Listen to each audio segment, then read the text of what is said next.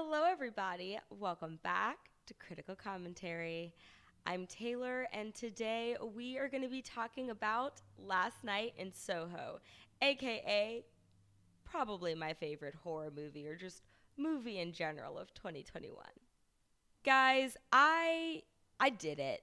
I went to a movie theater, and before I did, I was like, it has to be the perfect movie. I'm not going to, reintroduce myself into a theater, especially after COVID, if it wasn't for the right movie. I don't want to go and just be bored. So I decided to go to a really late screening of Last Night in Soho, and I was honestly just blown away. This movie is so beautiful and its cinematography, the storyline is amazing. The characters and the actors are amazing. Like Thomason and Anya Taylor are just kicking butt in this movie. And there's like things that I just like really want to talk about that are spoiler related, and then I also really want people to go see this movie because as of right now, this movie is not particularly doing that well in theaters. This movie has a mid 70s Rotten Tomatoes score and is currently only grossing about 8.2 mil. So I gotta wonder, is this the end of movie theaters? Is this just the end of indie movies in movie theaters? Should this movie be going on to PVOD earlier than November 19th? I don't know. A part of me really wants this movie to be seen. I think that there was just so much there that really wasn't advertised, which is good because I feel like movies nowadays just want to show you everything and then there's really no surprise. There is so much surprise in this movie. But I also am just kind of, I hate that it's not getting the reception that it received. So I'm actually going to break this movie down into two parts. I'm going to still kind of do what I've been doing before of keeping it spoiler free, and that'll be the first part of this video. And then I'll kind of get into some spoilers, but I'll keep them as much out of context as possible because if you're like me and you do want a bit of a deep dive before you just jump into the movie theater, you pay 20 bucks for something on PVOD, you want to know what you're getting, right? So I'm going to try and give that to you as much as possible. Bear with me because I loved this movie. If you are living under a rock or you just don't know anything about Last Night in Soho, I'll give you a brief synopsis. The story centers around this girl named Ellie Turner, and she gets into fashion school in London. And she travels all the way from Cornwall to go to this school. And because dorm life is not ideal. She ends up renting a room in Soho where she starts noticing that every time she goes to sleep, she ends up being transported into 1960s London, where she embodies the image or the vision of this girl named Sandy as she pretty much pursues fame in all of the nighttime cabaret bars. Now, I feel like this movie is going to be kind of niche in who might enjoy it, but I do think that it has universal appeal. A lot of the big themes in this movie are really related to the female perspective, which is interesting because this is directed by a man. Edgar Wright, who's known for a lot of, I guess you could call them like bro comedies or just bro styled films like Shaun of the Dead, Baby Driver. This, he's very known for, I guess you could say, like male centric film. So I really was interested in seeing this take because it's so hard for, especially I feel with how judgy social media is and how audiences are now about who gets to tell stories. I was a little bit nervous about, could Edgar Wright really get the female perspective down in a way that is not in the male gaze and not focused on male perceptions, but really like the everyday nitty gritty lifestyle of being just a young woman in a big city. And he really did get it down. I'm not sure if there were female writers on this team with him, but I gotta tell you, if not, he really must have been talking to them in his life, because the main theme of this movie is the objectification and exploitation of women's bodies, and that lack of autonomy that women feel, especially in a world where we are now trying to really stand out and be on our own. Women are living alone more now, despite the fact that there are things like Ricky Ramirez, the Night Stalker of the 70s. Like, these are real things. And it's interesting that I'm getting into true crime while talking about this movie, but it has that true crime feel. It feels like you yourself are being transported into both Sandy and Ellie's bodies for the entirety of the movie. I felt their panic, I felt their fear, and I think that is what makes a good movie, especially a good horror movie, is inciting that empathy and bringing the audience along for this ride. What I loved about the script specifically is that there's a twist, and the twist is actually very in your face, but because the movie is somewhat disorienting and it drops you kind of just into the story and doesn't explain things to you, you have to really be willing to give up that control and go for the ride. And I'm really glad that I did that, because I knew that there was something. Like, I'm that person when I go to a movie, I'm figuring out the ending. A few of my friends actually used to hate going to movies with me because I'm the person that will Google the ending because I need to know how the movie ends. And I've been working on not doing that all the time now, but what I've been doing instead is using my current knowledge of movies and plot lines and stories so far to kind of figure out the ending myself. And I knew that there was something up. Like, I knew that this mystery was going to take us in a turn that I hadn't expected. But once I got to the ending and I saw that third act, it really came together. Grace Randolph in Beyond the Trailer really said that she didn't like it. And some people just may not, but I really have to say that maybe the reason why it's not a good ending is because while, yes, it's a little clean, it's also kind of going back into that idea of women's autonomy and that feeling that even with large amounts of progress, you still feel unfulfilled. Like, life isn't going to always end in this amazing climatic way. And I think that by ending the film the way that, Wright did, we get that, we understand that. And I think that's what makes it so good, because it's just not so much focused on making this a tight, neat bow. Thomasin McKenzie and Anya Taylor-Joy are without a doubt the biggest standouts of this film. I loved Thomasin McKenzie and Jojo Rabbit. I thought she was so adorable. It really throws me off that she's like, I think my age, because she plays like a 14-year-old girl, and she really pulled it off in that movie.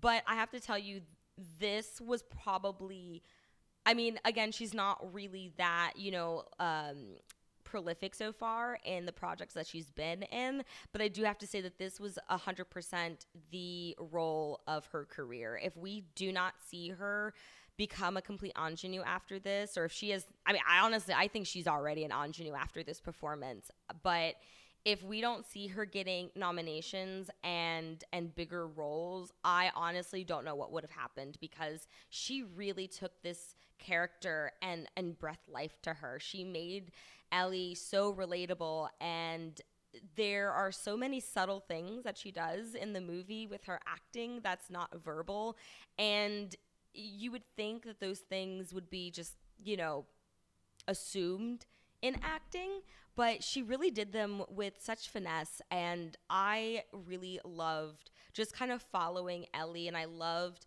how Ellie's character kind of feeds into Sandy's, which was Anya Taylor-Joy's character.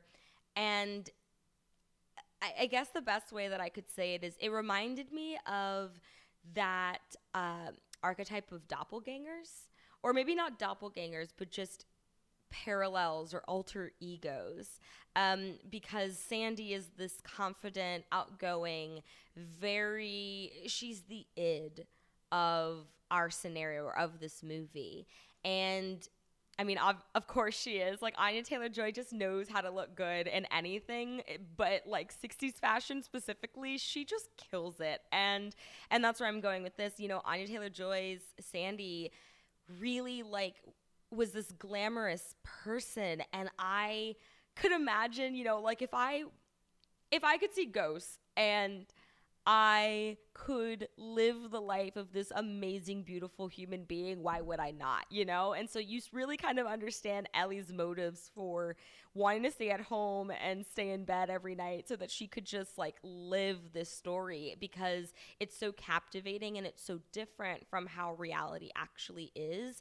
But that's also what makes this movie so great, because we start to realize that that's not true. I was watching Chris Stuckman's review on this movie because I love him and I just had to. And there was something that he brought up about nostalgia. And I love that he made that comment. So if you guys don't know Chris Stuckman, he's a YouTuber.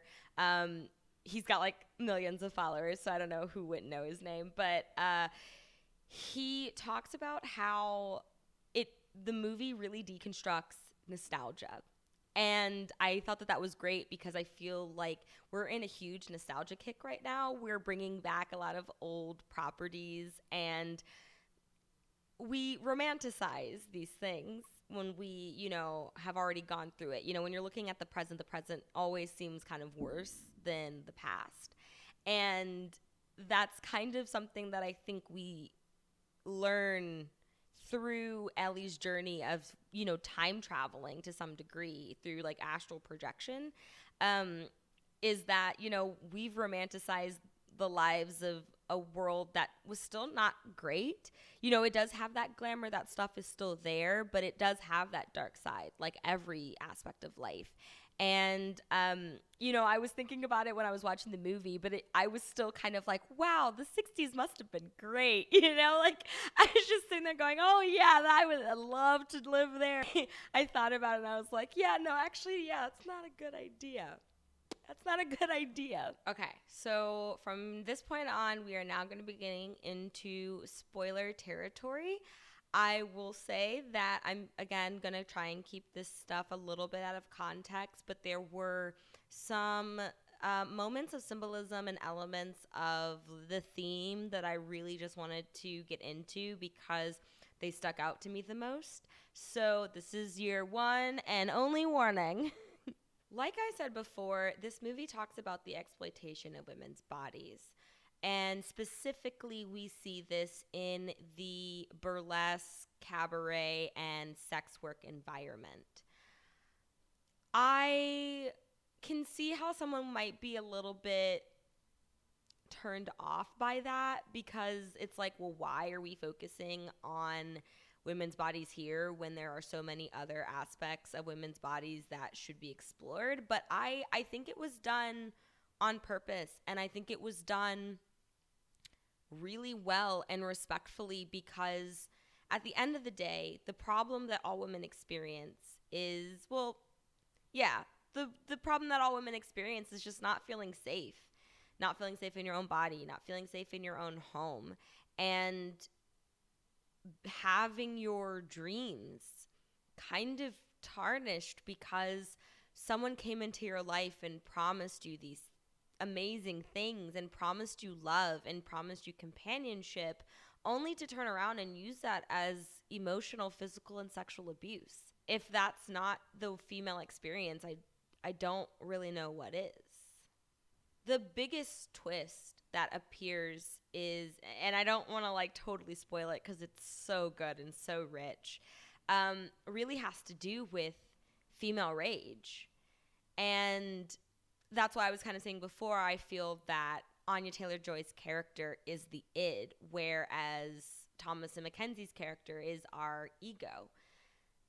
We see all of the things that Ellie feels, and we get hints of past sexual trauma, but we don't actually know what that is, and they don't tell us, and that's kind of a good thing. I don't think every single aspect of a person's life needs to be just given to us in random moments of dialogue, and that's where Mackenzie's nonverbal acting really comes into play.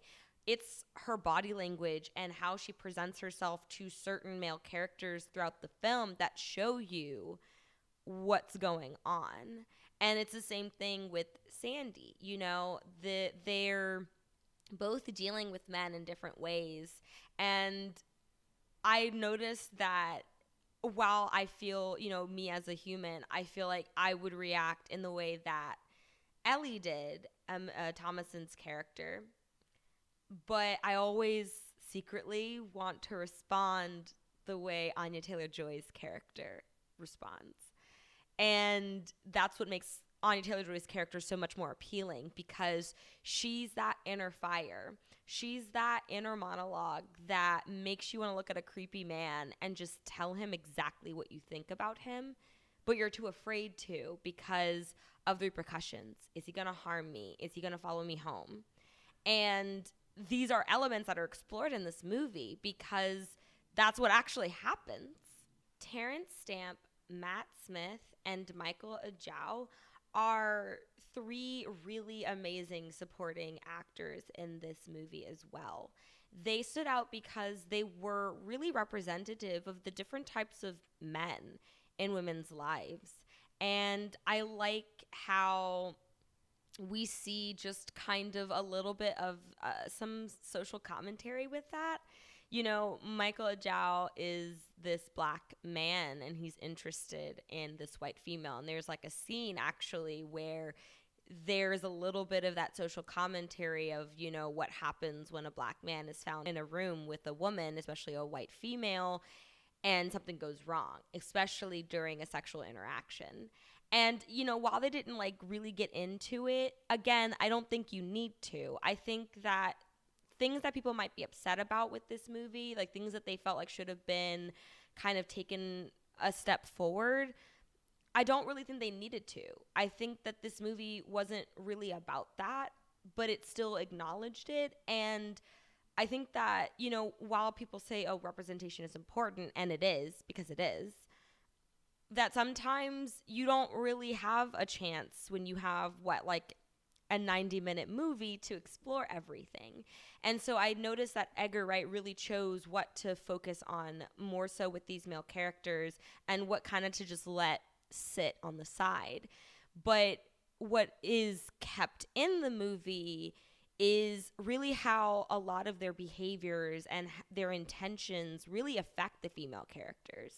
And that's honestly, at the end of the day, what the focus of this movie is, the women's perspective. He gives the men that like back burner role for a reason. Overall, I think that this movie deserves nominations. I don't think it's going to get any because it does have a little bit of that 1960s, 1970s exploitative flair in that it is pretty gory in some aspects, but it's gory in like a romantic way.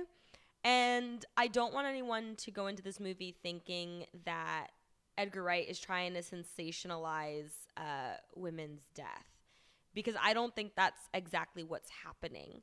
I've been told that this movie is, or that Edgar Wright was heavily influenced by a lot of that like Italian cinema horror of that era.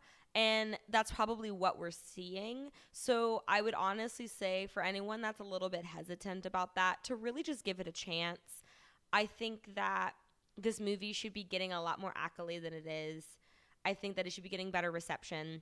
I think that it should be doing better in the box office. And while I know that indies tend to be kind of undiscovered, I really hope that you guys give it a chance. I hope that you take this review into, the theater with you, not physically, you know what I mean, like what I've said, into the movie theater with you, and you give it a chance, because I think if you do, you'll be really, really satisfied with it.